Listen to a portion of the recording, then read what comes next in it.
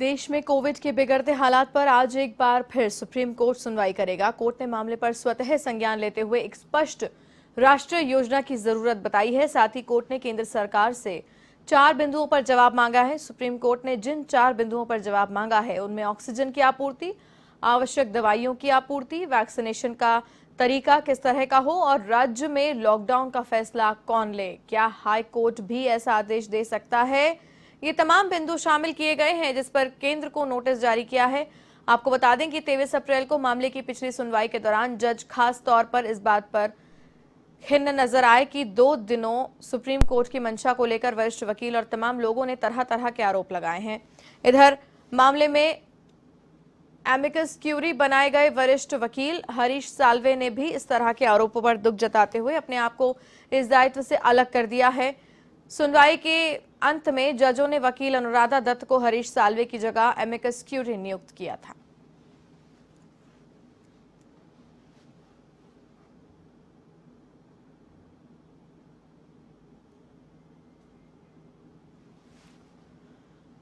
और इसी खबर पर अधिक जानकारी के लिए एवन संवाददाता प्रीत किरण फोन लाइन पर जुड़ रहे हैं हमारे साथ दिल्ली से। प्रीत, इस खबर पर क्या कुछ अपडेट है बताएं, क्योंकि पूरी जनता की भी निगाहें इस मैटर पर टिकी हुई हैं कि कब कोई फैसला आएगा।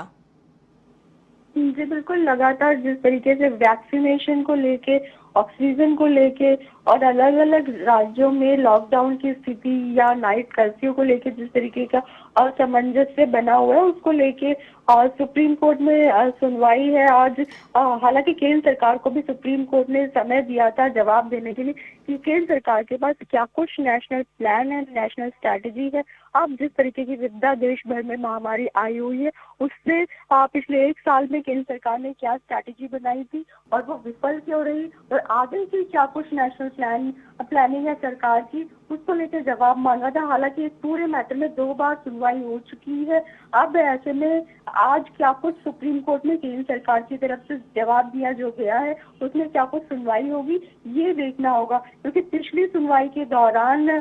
जो वरिष्ठ वकील हैं हरीश साल्वे उनको क्यूरी नियुक्त किया गया था, एमिकस क्यूरी, लेकिन उन्होंने ये इस पूरे मामले में कहा कि उनसे पूछा नहीं गया। इसलिए अब अनुराधा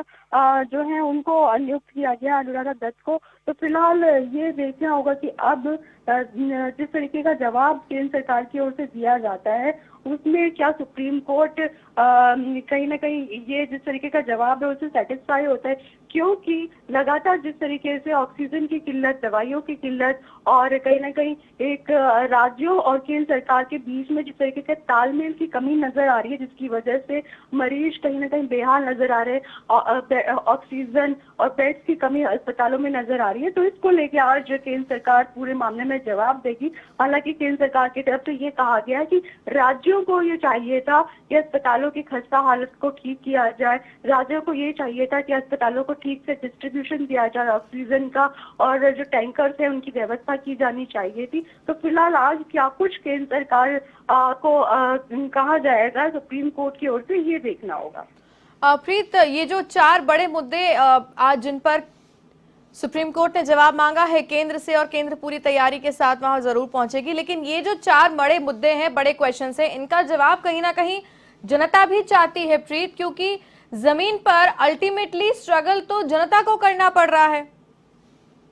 जी बिल्कुल, जिस तरीके से पिछले दिनों दिल्ली हाई कोर्ट में सुनवाई चल रही थी, अन्य राज्यों की हाई कोर्ट में सुनवाई चल रही थी, उसमें केंद्र सरकार की तरफ से कहीं ना कहीं ये गलतफहमी हो गई थी। सुप्रीम कोर्ट ने जो सुनवाई की थी उसमें ये हाई कोर्ट इन मामलों में सुनवाई नहीं कर सकते क्योंकि मामला जो है सर्वोच्च न्यायालय में है, लेकिन सुप्रीम कोर्ट ने इस मामले में भी क्लियरिफिकेशन जारी किया कि नहीं, सुनवाई हाई कोर्ट में भी हो सकती है जब तक कि केंद्र सरकार को जवाब देने का समय दिया गया है। ऐसे में हाई कोर्ट में अब जो सुनवाई चल रही है उसमें ये कहा जा रहा है अलग अलग राज्यों में कि जो ऑक्सीजन की जिस तरीके से कालाबाजारी हो रही है जिसका जवाब केंद्र सरकार से भी मांगा गया था कि अलग अलग राज्यों में अलग अलग दाम क्यों हैं दवाइयों के, अलग अलग वैक्सीन के दाम क्यों हैं केंद्र सरकार के और राज्य सरकारों के पास, और कहीं ना कहीं ये भी जवाब मांगा गया है कि कालाबाजारी को रोकने के लिए केंद्र सरकार के पास क्या कुछ प्लान है, क्या कुछ स्ट्रेटेजी है। उसमें हाई कोर्ट की तरफ से दिल्ली में ये कहा गया है कि अगर किसी भी तरीके की कालाबाजारी होती है ऑक्सीजन के मामले, दवाइयों के मामले में, तो सुप्रीम कोर्ट उसको सजा दे सकती है।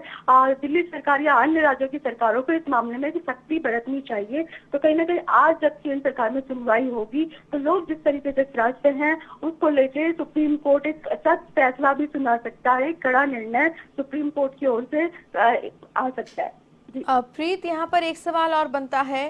कि समय तो केंद्र सरकार को मिल ही गया जवाब देने का, 2 से 3 दिन का समय मिला है, केंद्र ने अपना जवाब तो तैयार किया ही होगा, लेकिन दिल्ली में आप हैं, आप पूरे मुद्दे पर अपनी नजर बनाए हुए हैं, क्या कुछ तैयारियां केंद्र सरकार की ओर से की गई है ताकि ये जो सवाल सुप्रीम कोर्ट ने किए हैं उनके जवाब को देने के साथ साथ ग्राउंड पर कितनी तैयारियां केंद्र की ओर से की गई है इन कमियों को दूर करने के लिए?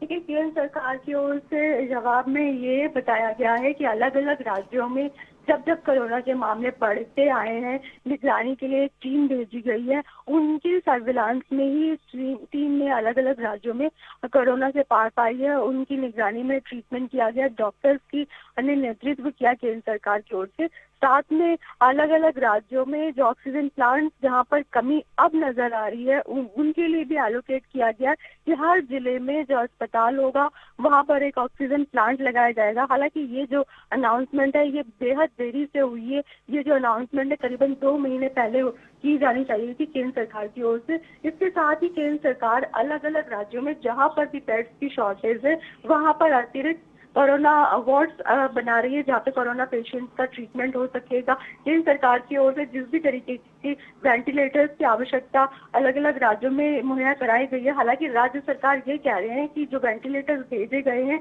या तो वो अभी तक जो है काम नहीं कर रहे या फिर उसमें किसी न किसी तरीके की टेक्निकल प्रॉब्लम है। तो ये भी जवाब केंद्र सरकार को आज की अपनी सुनवाई में देना होगा कि इस तरीके के वेंटिलेटर्स केंद्र सरकार की ओर से क्यों खरीदे गए। हालांकि जितनी आवश्यकता थी वेंटिलेटर्स की उतनी राज्यों को मुहैया नहीं कराई गई। और साथ में ये भी केंद्र सरकार की ओर से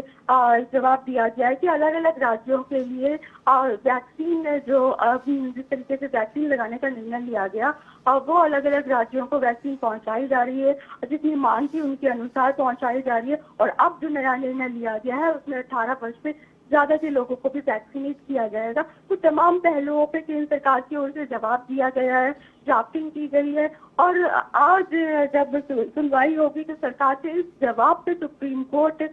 फिर से सवाल करेगी। जिन पहलुओं पर चर्चा की जाएगी ऑक्सीजन के मामले में, दवाइयों के मामले में, राज्यों में अलग अलग जिस तरीके से लॉकडाउन लगाया जा रहा है, ये तमाम जो बातें सुप्रीम केंद्र सरकार की ओर से जवाब दी गई है उन पे सुप्रीम कोर्ट की ओर से फिर से एक बार पूछा जाएगा।